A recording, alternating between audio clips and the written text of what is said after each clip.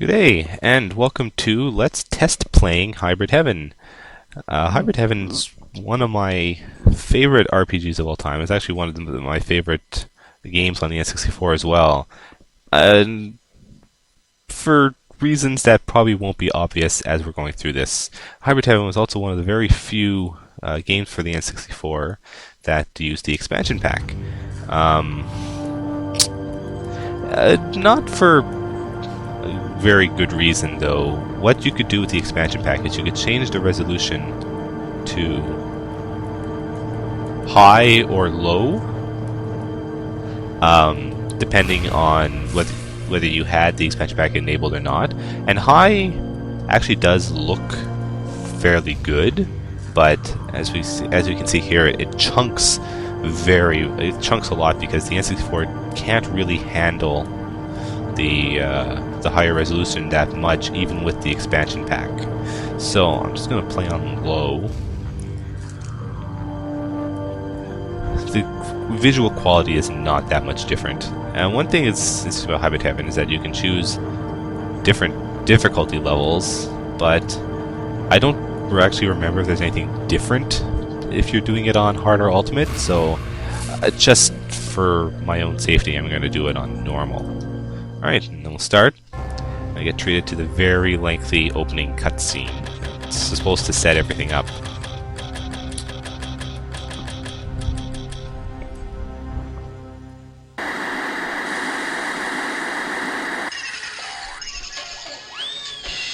So here we are introduced to our main character, or at least, yeah, this is the main character.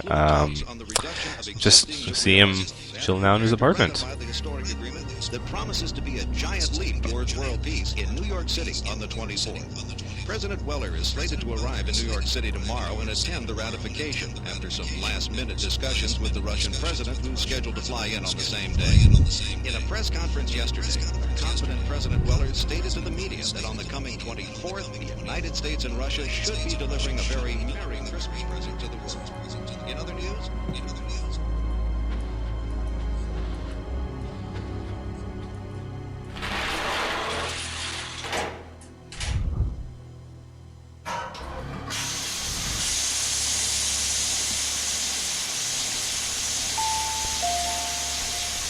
Yeah, he really likes going around his apartment naked, but it's his apartment, so.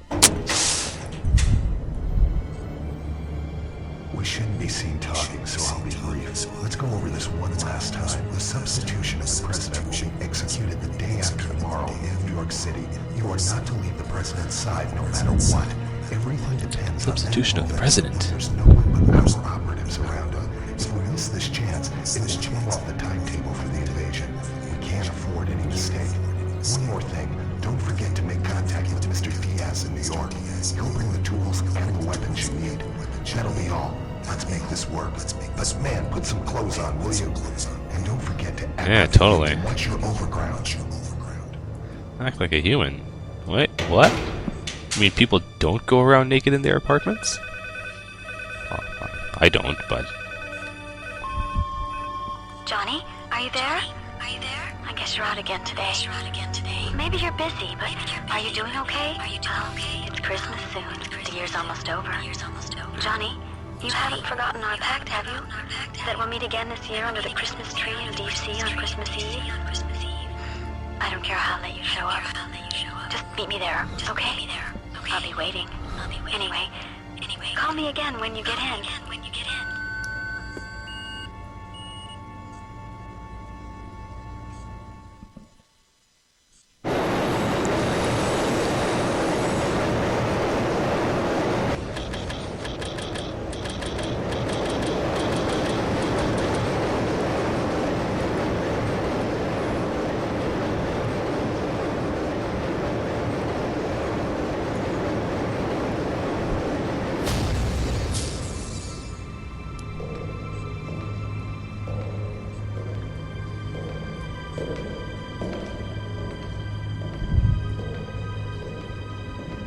Mr. Diaz, he's here.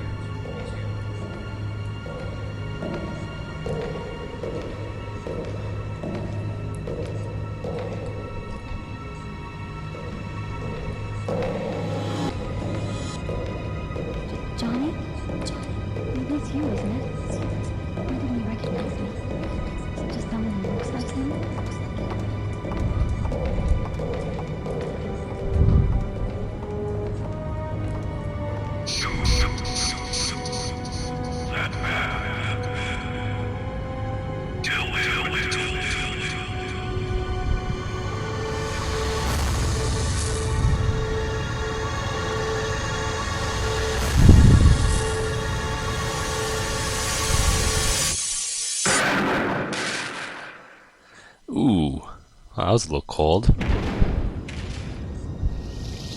Why did you shoot? Not now. There's something wrong with Mr. Diaz. We've got to get him below ground. There's a witness. Whoa. No fresh blood. Okay.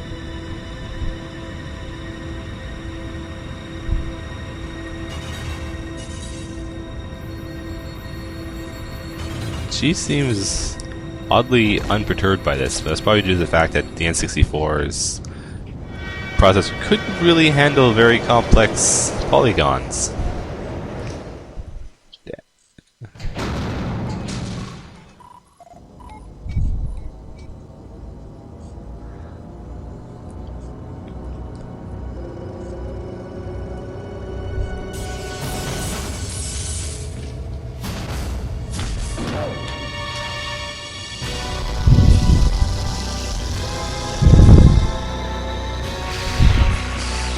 Something weird going on here, that's for sure.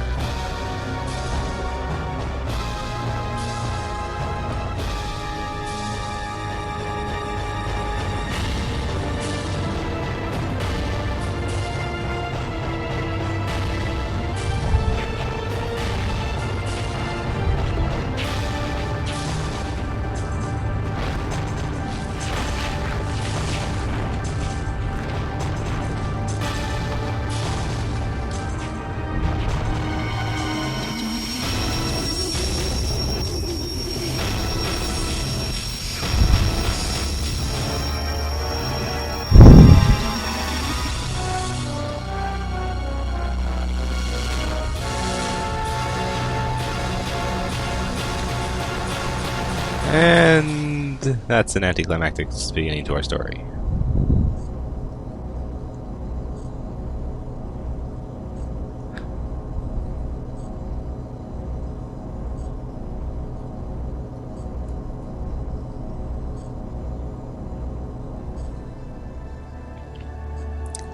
I'm not entirely sure where the elevator went at this point.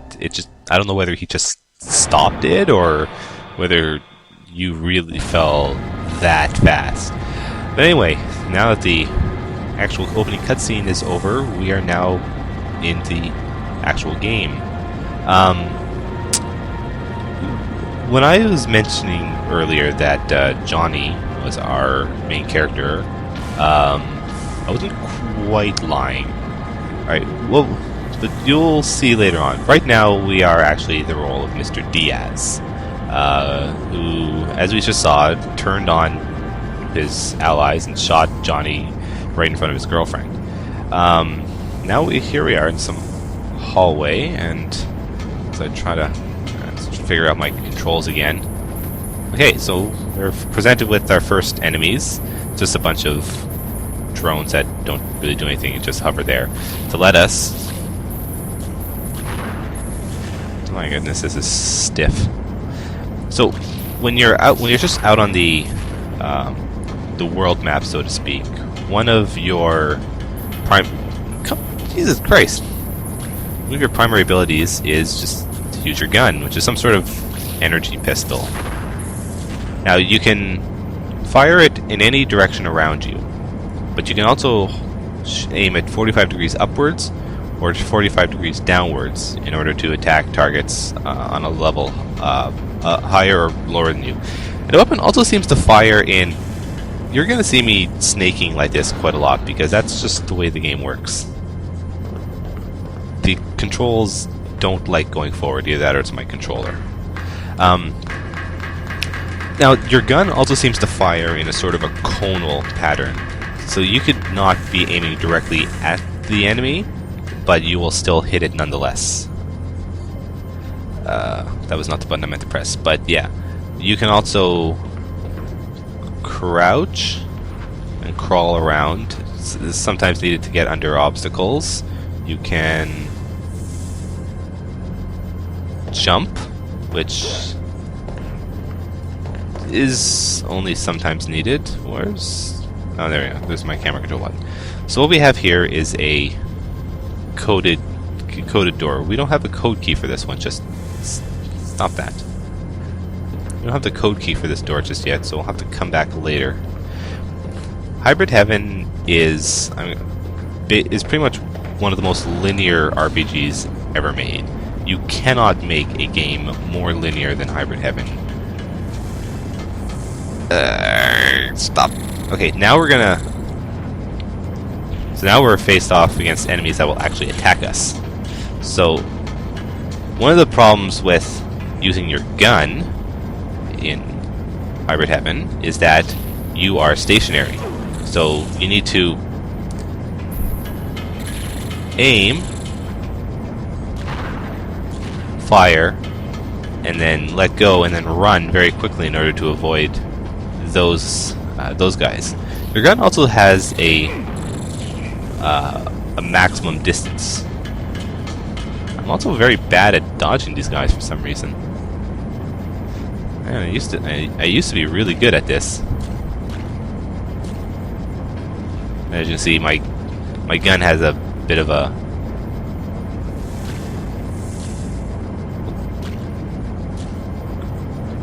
This seems... I wonder if I'm getting some... I wonder if I'm getting some lag from the recording system I'm using here, because it seems to be a bit of a delay. Now, these guys here are basically alarms. If you manage to run inside the orange beam in front of them, I'm trying to remember. I think they just shoot you. But in later on ones, they might actually call enemies. Now here, we have a chest, which is our first life recovery item. And over here is... Get back here. So, Diaz has...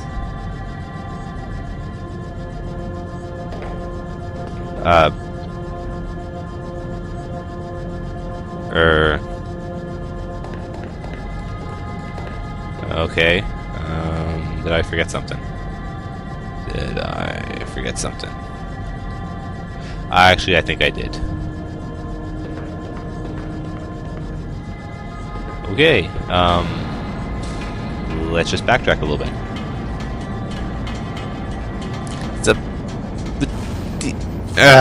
Diaz. God. If you hold in one of the 4 primary directions long enough, you actually will start to run, which is a lot faster than your normal shuffle. But I'm pretty much only going to be doing that accidentally.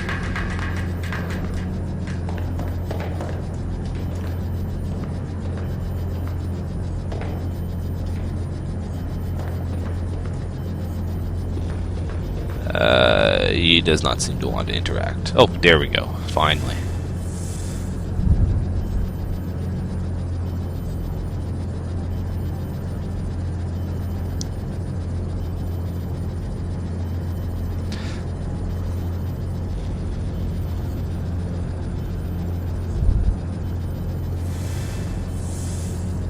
It's there. Now I got my code key. So I can go back to that, but get back to that machine.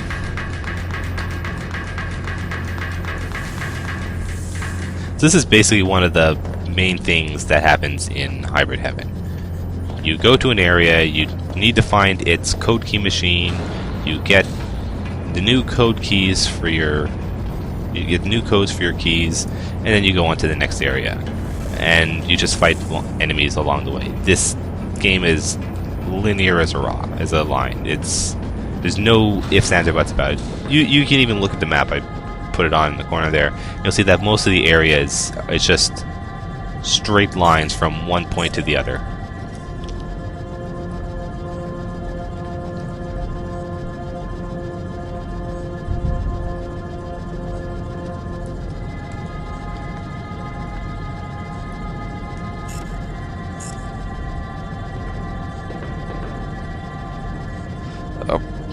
I'm gonna learn these controls eventually.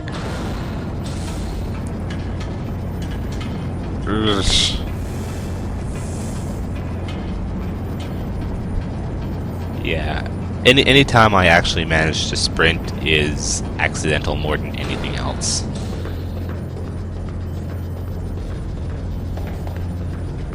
Man, I don't remember the controls being this bad when I was playing this ages ago.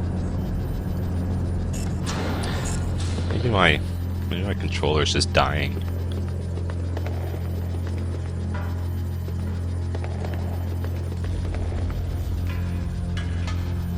Oh, so this is pretty much our...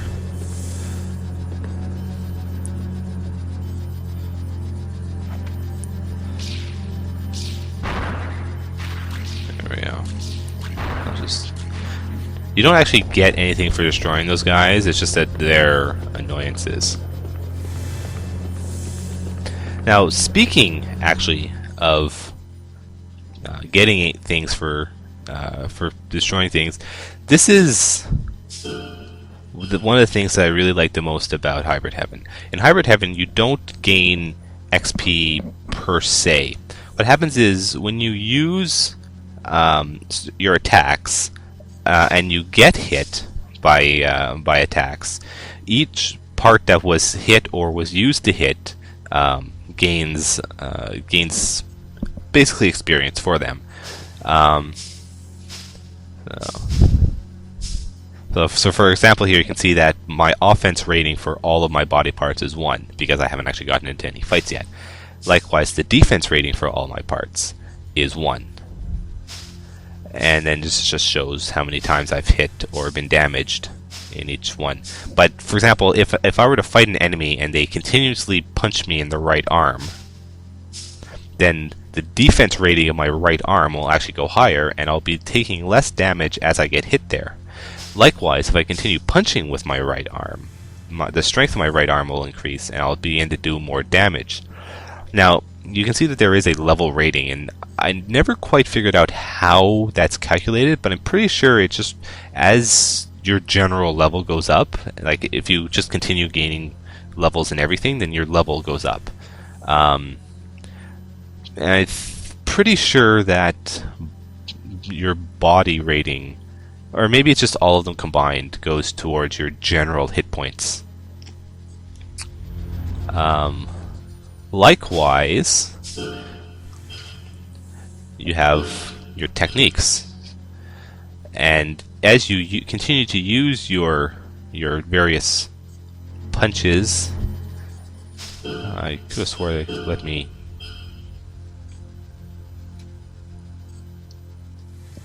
Okay, apparently not. Oh, there we go. So, as you use your various punches, kicks, and techniques, you gain levels in them, and then these techniques start doing more damage. Now, punches and kicks can both be done in normal combat, and techniques can only be done on a enemy that you've knocked to the ground. Combos are something that will be shown later in the game. We can't do them right now, but I'll first show how combat actually works before I explain that much further. Now let's just see if I can see if the controls will. There we go.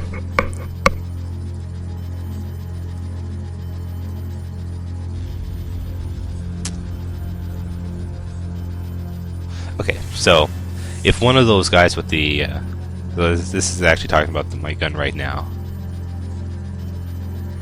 So yeah, my gun is called a diffuser, whatever that means. And now, if I can just this elevator, and Diaz looks very confused. He's like, I don't know what's going on here. That's pretty much what happens throughout this entire game. So yeah, if those orange beams manage to touch me, then those sensors will shoot their guns at me, as opposed to the bigger ones, which always know where I am.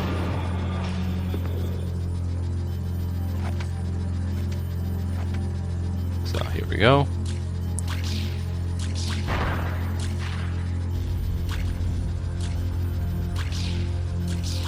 So you can see here that there is a bit of an arc around where my gun works. I wasn't quite aiming directly at that sensor, yet I was still able to kill it.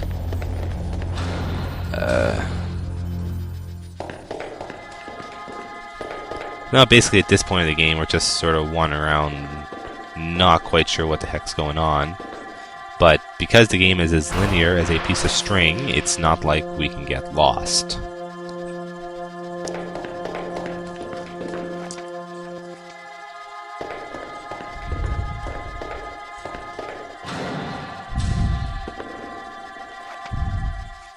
Oh, yeah. If you enter a room and it comes back, all the sensors come back.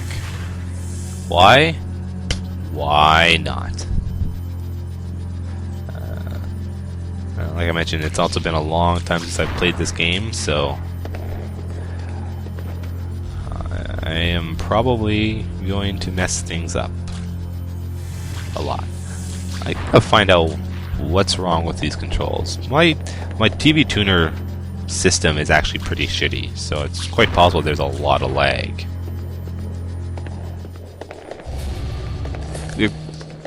Stop running in front of the door. Okay, so you can see this one's got the red light on it. It just means it's unable to be opened right now. There's actually a lot of doors like this throughout the complex, just to make it seem like the game is a lot more than just one tunnel going to another tunnel going to another tunnel. Oh, whatever. I'll head in here.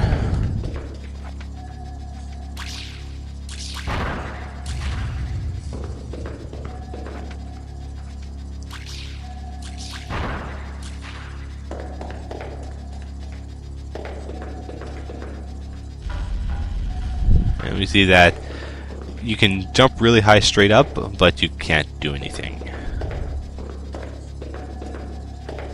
Get on...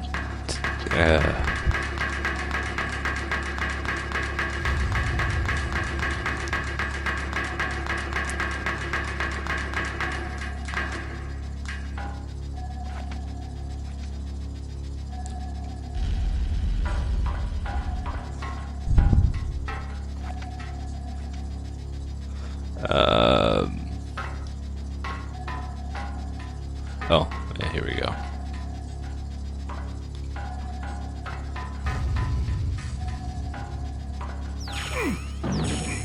Yeah, so as you can see,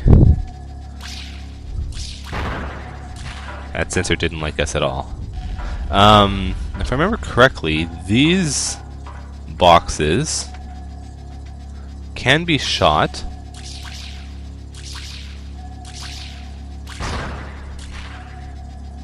There we go. So those boxes can be destroyed, which reveals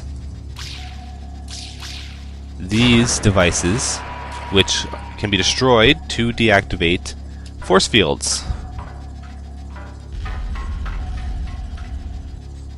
And here we have... Alright, here we go. These devices are life refreshment chambers or something like that, and they're basically your save points. So I will save the game right here now, and I will actually use this. Okay, good.